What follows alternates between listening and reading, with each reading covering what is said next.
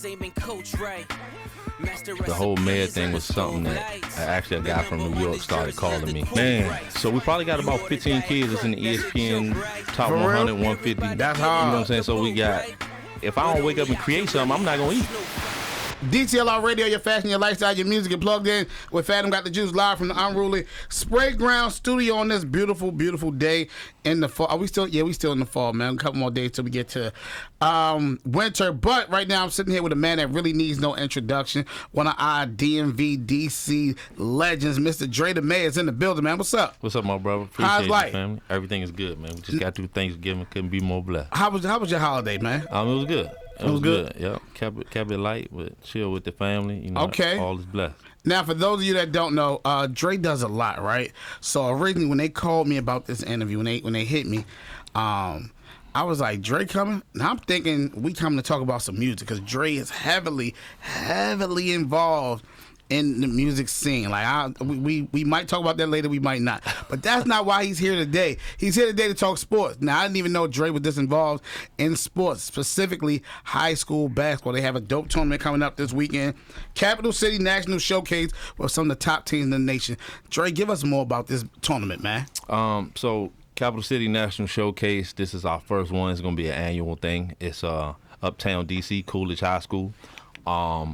One of the reasons we chose Coolidge High School, my partner in my AAU program, the Washington Warriors, is the head coach at Coolidge, Coach Derek Washington. And he also played there at Coolidge. So we felt like basketball in general, high school basketball, is getting a bit away from the way we knew it and, you know, having it seen and its presence be felt in a public high school, especially to that level. That's true. So we wanted to bring it, you know, the top teams from around the country that we could get in touch with to play in DC in our backyard and use the city as the landscape for, you know, a showcase of this magnitude. Mm-hmm. So we got Sierra Canyon coming from LA. We got the local powerhouses like DeMatha, O'Connell, St. Francis, St. James, Mount Zion, Coolidge, Cardozo. So we mix in private school, public school, prep school, you name it. We putting all the hoopers in one building at one time. Now, how much went into like even getting all these teams? I can't imagine this is an easy thing. Like, you got to be plugged to really do something like this. Well, first and foremost, you know, especially knowing where I'm at, let me not go on without thanking DTLR Sports for being able to help me make this happen. You know, it take a lot of resources, a lot of favors, a lot of phone calls, a lot of resources in order to put this play together. And DTLR came to the table for me, and I'm hoping to be an anchor for the DTLR Sports brand, you know, down the road. I think you'll be a great anchor as well. I think you will be a great. I'm always for more people coming to this team to add value to what's going on around I think these this Capital City National Showcase could be something that DTLR Sports can hang their hat on as an event annually. I'm glad this went down with DTLR Sports a part of it, because it's a few times I've seen some tournaments come across, and I'm like, why ain't nobody call us about that? Yeah, nah. Yeah, and I get really offended. Tremaine and Antonio, that was some of my first phone calls. It was like, look, man, this is what I'm trying to do. This is my vision. Can y'all help me, you know, bring it to life? You know, me, my partner, Antonio, and Derek. Like, it was like, look, man, you know, we stepped into the AAU space 3 years ago, and looking at the evolution of high school basketball, it all goes together from the summer to the AAU court to the regular season in high school basketball. It's continuous. It's a year-round thing. So in order for us to, you know, showcase our kids that play with us in the summer, we basically were intentional about going around the country and getting those teams that our kids play for in respective area, whether it be Pennsylvania, North Carolina, Northern Virginia, Maryland, D.C., and then, you know, just having relationships out in California with Andre Chevalier, the coach of Sierra Canyon, is actually from the DMV. For real? Yeah. So never knew that. So he moved from here when he was 12. Okay. So he really grew up in California, but it's always a thing for him to come back and be able to, his family to be able to see him play a game. They haven't been around since they played at Wise, and I'm not even sure what year that may have been, but Bronny was still on the team. Dang. So this is like a homecoming of sorts for Sierra Canyon to come back and to be able to take them uptown to 5th Street to play at Coolidge. You know, it's sort of serendipitous of, you know. That's tough. It's dope to be able to make that happen. That's tough. Now, what's some of the names? Any of the big names? Oh, not big names. So give me some of the names that's playing in this tournament. Man, so we probably got about 15 kids that's in the ESPN top For 100, real? 150. That's hard. You know what I'm saying? So we got, we got Ant Brown. That's the #1 rated player in DC. We got Darius Bivens, who is one of the top players in Virginia. He's probably ESPN top 60. Mm-hmm. He played for my program. Okay. Got a kid named Justin Caldwell who just committed to Georgetown, and he's from North Carolina. He played for Fayetteville Academy. He played for my program. We got Brandon McCoy. He's probably top 3 in the country. Maximo Adams. Top 3? Yeah, he's probably top 30. Let's see. We got Jemai Drayton. We got Caden Samuels, top 10. He's from here. Goes to Bishop McNamara. I seen Caden play last year in the Mellow tournament. Yep. Yeah, Caden get Then busy. you got Prince Alex Moody on his team. Yeah. He is probably top 150. He just committed to Indiana. Who else? We got Zion Green at Mount Zion. He's a top 30 kid. You got Josiah Kennedy. He played for St. Francis last year. Now he plays for Mount Zion. Dang, how just they pluck committed him? to UMass Lowell. How deep does that whole high school basketball circuit run really? So, me being new to the space in the last 4 years, it took me a while to get my feet wet and kind of start to understand it the way I understand the music space. But it's even more political than that space. And once you pick a side or once you plant a flag, you really learn that you out here on your own and it's dog eat dog. Dang. So before where I had friends at this organization, friends at that organization, alliance with this coach and alliance with that coach, they really became guarded once they realized that I was entering their space in a different manner. And so that took some getting used to. And now, I kind of learned how to navigate the space a little different and, doing events. And now, eventually moving into the athlete representation space is going to be the next evolution of what I do. What made you jump into that space? For me, the music industry is changing. Big time. But I always saw the synergy between fashion, brand development, music, and sports. It all goes together. So a lot of the relationships that I use in the music space can be synonymous in, athlete representation or throwing events for sports. Like, you can call the same guy for the sponsorship that you called us for a tour. That's true. You know what I'm saying? So it's all the same kind of players. It's even on the agency front. Like, the same agencies that put on tours are the same agencies that represent the biggest athletes in the NFL, That's NBA, true. Yeah, etc. I just learned that like 2 years ago. It messed my head up. No, for sure. So I mean, WME, CAA, Yep. all of those, Yep, they all participate that. in The fact that entertainment in general. The fact I grew up hearing World Wide West named so much, sure. and then I'm a diehard Knicks fan, right? And he ended up getting a job. Yes, you looked at me crazy. I'm originally from New York, so I'm all New York sports teams, even the Giants. All right? That's how you're supposed to be, though. Yeah. If that's where you grew up, that's how you're supposed that's to be. how it is. Because that's how I am about exactly DC teams. Now, I've been here for a while, though. I ain't leaving my teams behind. For sure. I bring with me. But, so World Wide West working for the Knicks. Yeah. But then you hear him in Drake songs, you hear him in Jay-Z songs. For sure. It's like everybody name dropping the same person. Then he end up working for the Knicks. It's like, well, what he got to do with that? Like, It all go he together. that powerful. It's culture. Sports, music, entertainment, it's all culture. Fashion, it all go together. That's why now you see NBA blitz fit, the NFL blitz fits, you see the tunnel. Athletes want to be rappers want to be athletes, actors want to be both. Like, it all go together. We not just selling one thing, we selling culture. We selling culture. You know what I'm saying? So when it comes to basketball, rap, and fashion, like, you can toe the line very seamlessly.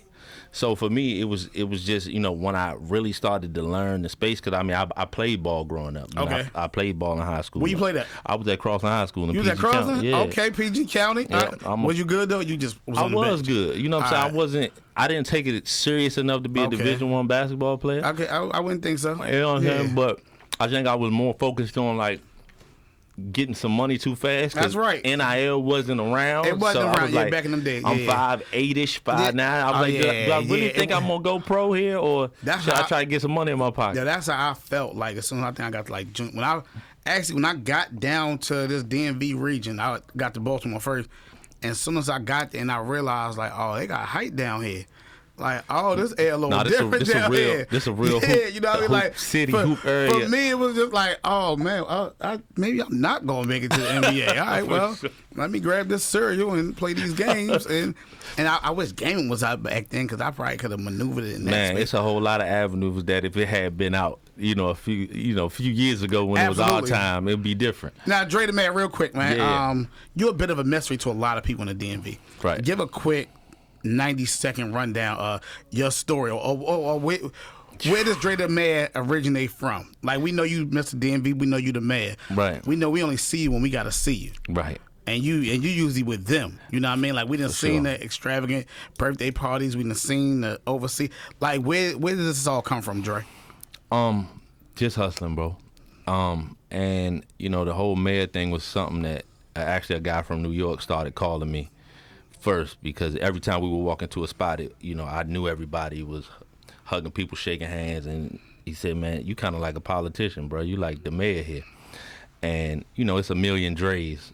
Yeah, it is. So that was kind of like differentiated was to be Dre the mayor as opposed to just another Dre. And it just stuck, even though I tried to shake that moniker a long time ago, because I felt like it localized me a little too much. You did. I remember you changed your name on. You tried to go to your regular name, and I was just like, "What is he doing?" Yeah, the couple dudes was like, doing? "Hey, bro, you gonna be Dre the mayor forever, man. You can't shake that." So it was like, all right, I'm not even gonna try to fight it. But for me, it was always about I didn't want to keep myself boxed in to a certain thing, and I wanted to elevate and change, like I'm doing now. And I feel like sometimes the name was limiting, but it is what it is. I am who I am. Listen, you DretheMayor in music, you DretheMayor in sports, you DretheMayor in fashion. For sure. You DretheMayor wherever you go. I know you got a few other businesses too. Listen, wherever you go, you DretheMayor, man. I appreciate that's it. That's what it is. I definitely want to give you your flowers though, man. Like, you move super respectable.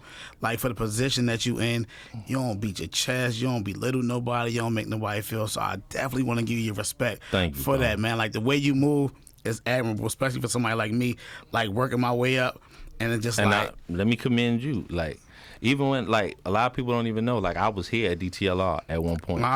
About a little over 10 years ago, I was doing, and they was wasting it. Man. You know what I'm saying? I was doing programming here, but shout out to Sean Caesar. That's a great story, actually. Go ahead. So at that time, I was really trying to figure it out. I had just closed down a sports bar that I started. And I probably was like in a position where I was trying to legitimize a lot of stuff that I was doing. I was always 1 foot in the street and 1 foot out. Okay. So what a lot of people don't understand is a lot of risk, a lot of sacrifice in like trying to like make this entertainment thing work. And ran into some trouble. Like, some of my homies, like even my man that's with me right now, like we took some penitentiary chances and almost got jammed up. So it was really pivotal at that moment. Like, I was like, yo, Sean, like, I need something legit that you can't even pay me enough for what I'm worth, but I'm just give me something on paper and let me create my own title. So Sean he said, nigga, I don't care. I just want you around. Like, whatever you want to call yourself, call yourself. So I made myself the head of strategic partnerships and artist relations at DTLR Radio. And that I was able to make some other things materialize because this was a serious situation. It helped because that was when DTLR Radio was first starting. For sure. So it's just like, you needed, it's an internet radio, retail radio. It was on the cusp of technology. Mm-hmm. I was watching how Sean was matriculating the numbers for the brands, and I was like, oh, I'm learning from this. I just need to be around it. And, from there, the alcohol brands started coming. all of that. So I mean, big ups to Sean. That's my big brother. I'm forever indebted to him, DTLR, and that's why whenever I'm doing something, that's one of the first phone calls I make because they help put me on, so I'm gonna put back on. How did you get into artist management? So when I was in college, I got a call from my mom. So when I was growing up, I was always around BET because my mother did the hair and makeup at BET. Okay. From its inception in DC. So a lot of people don't even know that BET started on 9th Street in Northeast. Didn't know that part. On 9th Street? So where all the hookah lounges at? Not that. That's Northwest. Oh, my bad. You right. So 9th Street Northeast is near like Union Market. Yeah, it is. So like right off of New York Avenue, if you that little overpass right there, if you look over to the right where the train tracks are, so that building that is now the Office of Film and Cable Television for DC, it used to be BET. That was the original right? BET building. Yeah. So I remember that. From like my ages of like, probably my mom started over there when I was maybe 7. So I was always around like Video Soul, Video LP, Rap City, Teen Summit. I was there for like the inception of them shows. And so my mom doing that, she met a lot of the entertainment people in the area. So Chucky Thompson, R.I.P. Chuck. Man. He came back from New York, and when he came back from New York, his girlfriend at the time, he reached out because he needed somebody to do her hair. So my mom did her hair. She listened to Chuck in the background. He was opening a studio in Fort Washington. I'm in college at the time now. So I'm in school for electrical engineering while she hearing that Chuck needs an engineer. So she called me. She like, yo, my friend is looking for an engineer for his studio. I know you in school for engineering. She don't know that the difference between audio engineer. Yeah. It's just your mother looking out. So she ended up sending me down there to see Chuck at his studio. He started running down to me what he need. It didn't take long for me to realize I'm in over my head and I don't know shit about what he's talking about. But at the same time, I realized like, yo, Chucky is working with Puff. He producing for Nas, he producing for TLC, he producing for Mary J. Blige. I'm promoting in college at the time. I'm like, this music thing could be an avenue for me. Let me just get in and figure it out. I'm going to fake it till I make it. So I tell him, like, whatever you want me to do, I'm going to learn it. So I taught myself how to use Logic and Pro Tools, etc., and I started running sessions for Chuck. So I was actually recording artists for him. Didn't know that. So like MC Light, Emily King, like all the artists that he was working with at the time, I was actually running the board for him. And that's kind of like where it started. Like Raheem, Tabby, Wale, all those guys would come through Chuck's studio. I was in school at Maryland throwing parties, and I'm also the engineer in the studio. And people just realized that I had a little finesse about me, and I was moving the right way. And people started to ask, yo, you ever thought about managing people?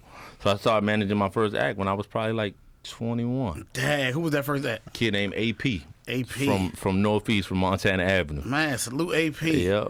And from there, there come Tabby with the pocket, and then, I started running with Wale in like 2006. And, from there, it was just always relationships, just moving around. Yo, you feel like... You had the first trucks. Oh, with rap. AP, damn, nobody was doing... Had the first rap trucks? So Howard Homecoming, I rapped the kid's AP's face on the truck. And this had to be 2000 and... Well, maybe 2007? For real? Yeah, 2006 or 7, yeah. It was like an avalanche. It might have been 2006. That was smart. And he had a single called Homecoming. I had it on Kiss. I had it on PGC. This was prior to Instagram and all that. But if we had IG back then, because back then, it would have been a movement. It would have been a movie. But it was he was popping on MySpace. Popping on MySpace. He was in somebody's top 8. It make a nigga look and sound old as hell. MySpace, Black Planet. Yeah. Oh man, crazy. I couldn't. My pages wasn't. You had to really know how to know coding and all that for some of them joints. No, for sure. Yeah, I didn't even really get on Black Planet and Facebook. At that time, I felt like all this shit was hot. I was like, I ain't getting jammed up with this. Standing in pictures with niggas like, I was doing too much. Yo, what's your thoughts of people thinking that they need to leave the DMV to make it? To a certain extent, at a time I would agree. But I think that you don't need to leave. You just need to go and get what you need and bring it back. And a lot of that is, I would say, I call it the down the street syndrome. And certain places, people are prideful about you, about them seeing you grow. So like, we might live 3 doors down, and in certain places, maybe say at a time, Atlanta would be like, oh, that nigga, he from my block, or he from around my way. But you could have the opposite reaction of, oh man, that nigga ain't nobody. He from around my way. That's true. So you got to go where you celebrate it, like, period. So whether that be stay home and be celebrated, or go home or go away and get people to realize your talent and then bring it back home. And I've seen that happen more often than not. Like, it'll be somebody that pop up on people's radio and they love the song, and then they realize that guy is from here after he already blew up, and he lives somewhere else now. Yeah, that's right. Like, oh, damn, man, I didn't know he was from here. But at the same time, his talent may have been overlooked, and he been here the whole time. I mean, I.e. guys like Brent Faiyaz. It was crazy. That Brent joint crazy. That Brent story is nuts. Man, I ain't even gonna lie. Brent, we in Hollywood in a lounge, and somebody introduced us, and they said my name. He was like, man, you DretheMayor? I was like, he's like, nigga, I used to blow your inbox up. Damn. I said, for real? I was like, when? I was like, man, I wasn't even big on email at, back when he was trying to go, but obviously he was from Columbia, Maryland. Yep. Trying to get on. I don't like how DC try to steal him. Nah, for sure. Yeah, he's more Baltimore. Well, I know his sister. You know what I'm conveniently, saying? Yeah, conveniently. Even in sports, like, it could be guys from Maryland, and then they be conveniently from DC. Yo, when you get too good and you from Baltimore, you all of a sudden you from DC. You're from here, right? Or you from when you get too good and you from Baltimore, you automatically from DC or the DMV. No, for you sure. gotta get good though. For sure. You gotta get really good. But I don't understand why it's not adopted the same way in music though, because it's a clear defining. It is. Of he not from DC, he from Maryland. That's true. Y'all don't play about that. But the thing about it, I mean, truthfully, I'm from PG County, Maryland. And I've always went out into the world and represented that. But the outside looking in, people look at us as one thing. Yeah, cause ain't nobody got time to say, I'm not. Yeah, ain't nobody got time to break it down. 10 minutes that way, I'm from 10 minutes this way. Because guess what? Because when they come to the club, we all everybody in there from the same, for sure. I can get 20 minutes to your house. Now, if we really want to get technical and into, what makes a difference to these brands, these labels, these companies. Oh, yeah, DC. It's really...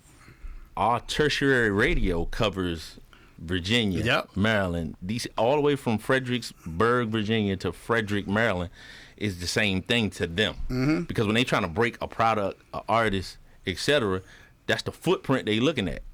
It's like, who gonna hear it? Who gonna pick it up? Like, what are the demographics? How many people is it? Yeah, it's about the numbers. That's why I'm mad. Look, when I get them calls to work records, they're like, hey, we need you to cover DC. We need you to cover this, so I gotta come down that road and do what I gotta do. They not looking at us as separate. It's too close. Yeah, anywhere else, it would be one metropolitan area. Like anywhere else, this would just be Chicago or just Atlanta or just Houston or whatever. Us, we breaking it all the way down. We break it up too much, and it's to our own detriment, which is why we can't ever get anything out, but we always breaking things for other people. What's your thought on our music scene at the moment? I think it's probably got the most legs that it has ever had, because I get a call about a new young person every other week that I'm probably not familiar with. And then, I learn, because the time it takes to go from, development or making a little bit of noise to where it's even worth being around it every day, it's such a long distance. So I'm more into incubating a young manager and an artist and manage or work with alongside them. Oh, that's smart. Because I don't got time to run around with you every day or what you need to do. Like, so I'd rather help guide y'all in a direction and help y'all get a situation. Because my bandwidth ain't there to be able to. I don't even want to be in the places where you need to be. That part. That part. We've done that. For sure. We've done that time and time again. I took all them chances. Look, time and time again, we've been in them places, and ain't nothing changed but the people. For sure. Like, it's only but so many Barnes parties we gonna go to. Absolutely. I be trying to explain that to my guy back here, but he just don't get it all the time. But I mean that's why I spend a lot of my time in the gym now with the kids. Okay, like that's the club for me. That's what I enjoy now is watching youngins hoop, creating safe spaces for youngins, and helping. Like all of it for me is like helping people chase their dreams. Like it's really truly it took a lot for me to come and sit in this chair and talk about something that I was doing for myself. When I tell you I was shocked, like when that text came across my phone and then he called me, I was just like, for real? And when I say I'm doing it for myself, I truly ain't doing it. I'm building a platform for youngins, but at the end of the day, it's something that I'm building and it starts and ends with me. Because normally I'm helping somebody build something else that's their dream. It's not my vision. And you just chilling, playing your part, doing what you gotta do. And that's it. Do the kids, do these young up and coming stars, these players, do they know who DretheMayor is? Not really, not in that sense. Okay. I think some of them, especially like from social media, and they start to see, like, oh, that's either one, that's coach or that's Ari dad or that's our program director. Because I don't go showing or flashing none of that. But then if they go to social media and just see me standing next to certain people, they start to ask questions and look like, man, like, what you was doing with them? Yeah, what you be doing? but especially even like parents on the teams or parents from the youngest, like they're like, man, what's your real job? And I hate that question so bad because it's so loaded to me. Like my real job is just whatever it takes. I do a lot. You know what I'm saying? Like I do a lot. I wake up in the morning and I basically, bro, like it's crazy because people always be like, yo, we need to grow our own food, bro. I've been growing my own food a long time. For real? But I'm not talking about in the literal sense. I'm talking about like if I don't wake up and create something, I'm not gonna eat. So makes sense. It's like, nigga, wake up and think about something and then go do it. That's my job. That's tough. How the execution process? Go assemble talent. Yeah, like even this lady right here and this gentleman right here, I just assemble talent. I just try to put the best with the best. Like my talent is knowing talent. Your talent is knowing talent. That's it. That's a bad man right there. Even the man on the other side of the camera, the talented guy. That's all I do. I just want to be around talent. My talent is knowing talent. That's smart, man. That's how you get it in. Craziest thing you've seen out here in these hoop streets. Oh man. Craziest thing you've seen, experience something wild. Give me something wild. Just the expectation of parents. Parents is probably the worst part of music, basketball, just entertainment in general, because they think it's an ATM somewhere. Like that, just because you have talent, it's just automatically supposed to spit money out at you. Dang. You know what I'm saying? Like, you got kids that's in the 9th grade. And you recruiting them for your AAU program, and their parents ask you to get them an apartment. In the 9th grade? 9th grade. And there's no even plan, thought out, or even sense of what's going to be my ROI or how I get it or whatever. They don't care about that part. It's just like, oh, my kid is this, he ranked that, he's this tall. Oh, yeah, we need an apartment, $40,000. We need to ride to every game. I need to fly to every tournament.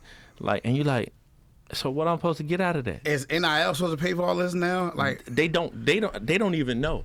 But I mean, so there is a way that you can get an NIL deal in high school, but it's very far and few in between. It's the exception. It's not everybody that's 6'8". Yeah, it don't just happen that way. Like you gotta be a top 3 kid. Like you could probably name on your hand. It's probably been 3 kids so far that have gotten a Nike NIL deal. Tyron Stokes is the latest. DeJuan Wagner got it before. I think Bronny may have had it. Melo's son just got Jordan. Yeah. But like, and then Adidas maybe has had 7 or 8 guys total. So what you talking about? 15 kids that have gotten out of thousands. But yet and still, every parent believes, my kid's 6'9", he this talented, I need you to put me up like this. And now, not to say that it's not happening, because in some places it's going down. It's going down. You know what I'm saying? And this is, this is a little unspoken law that of thing that's going, but it's just like, it's got to be the right situation, and it got to make sense for who's doing it. Gotta make sense. Do we got any performances this weekend at the tournament? Because you're a music guy too. Right. So we're gonna have some, dope national anthem. Okay. Miss Ryan Flood is gonna be singing the national anthem before the primetime game, which is Sierra Kane and McNamara. We're gonna have a bunch of AJ. The host is I don't know if you're familiar with AJ, but AJ is my guy. Real big in the DMV basketball scene. So he's gonna be the host for the day. C Styles is DJing. A bunch of other DJs that he's curating are gonna be there early in the day, where he's doing the primetime games, and then a bunch of just contests for giveaways from our sponsors. It's gonna be streamed live on Baller TV. Oh, that's smart. Yeah, I got the NBA Future Starts Now. All their social media properties and handles are supporting us. We got sponsored by True Height Vitamin, Events DC, DTLR Sports. Am I missing anybody, Miss Flood? It's gonna be a movie. Yeah, it's gonna be big. It's gonna be a movie. I'm just excited. How much is the courtside seats? I've going through that with my team, man. And because it's so limited, and because we got people that we got to take care of, we're not even selling the courtside seats. It's more of a who's been invited to sit courtside. Oh, okay. You know what I'm saying? So we'll be giving out VIP admission to people, and it'll kind of be a first come first serve to that pool of people that that has been offered to. But all the admission is just $25. $25. Yeah, that's a fair price, man. I ain't trying to beat you over the head. Yeah, for all them games. Yeah. Okay, yeah. I mean, and so it's $25 per day. So you come Friday. Friday. $50 weekend. That's it. To see some good ball. That's it. Good high school, man. I love this for y'all, man. I think this is dope. I think it reminds me of what we used to do with the Windy City versus Charm City. I'm trying to pull it up. I'm trying to see which one I like the most. What game do I really, really want to see the most? Because it was a game on here that I saw, and I was like, I know I want to see Sierra Canyon. Yeah. But it was somebody else I wanted to see. I gotta figure that one out. I gotta find it. But it was some games up there. The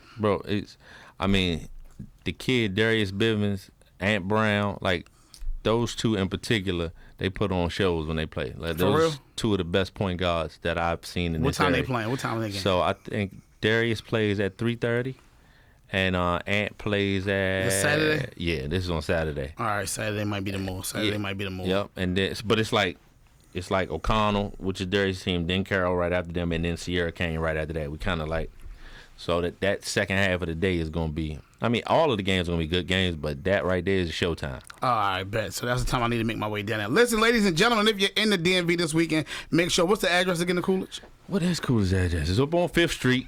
5th Street Northwest. I don't know the numbers off the top of my head, but Coolidge Senior High School, Northwest Washington, D.C., the Capital City National Showcase. That's our website as well. That's our IG as well. Please check us out. This is going to be annually the first week of December. So hopefully this becomes a staple for DTLR Sports and the city in general. Any other teams you think about adding into it next year? Man, hopefully we can have, I'm talking to some big sponsors on the shoe side. So hopefully... Yeah. So hopefully, it's going to be brand leaning.